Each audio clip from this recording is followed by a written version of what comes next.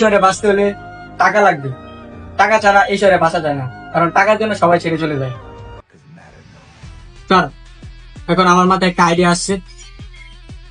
যদি টাকা কামাতে হয়, যেহেতু আপনি সবাইকে ইউরোপ দেশে নেন, আমি সবার কাছে যাবো, গিয়ে এই জিনিসটা প্রচার করবো যে আমরা মানুষকে ইউরোপে নেই কম টাকায়। তো এটা যদি প্রচার করি আমার মনে হয় খুব ভালো হবে। কি বলেন স্যার?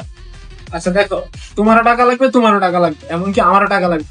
যেহেতু সবারই টাকা লাগবে, তাহলে তুমি তো একটা প্ল্যান আমাকে বলছো যে কিভাবে টাকা নিয়ে তুমি মানুষের কাছ থেকে আমার সোর্স এনে দিবা। তাহলে তুমি তোমার প্ল্যান মোতাবেক কাজ করো।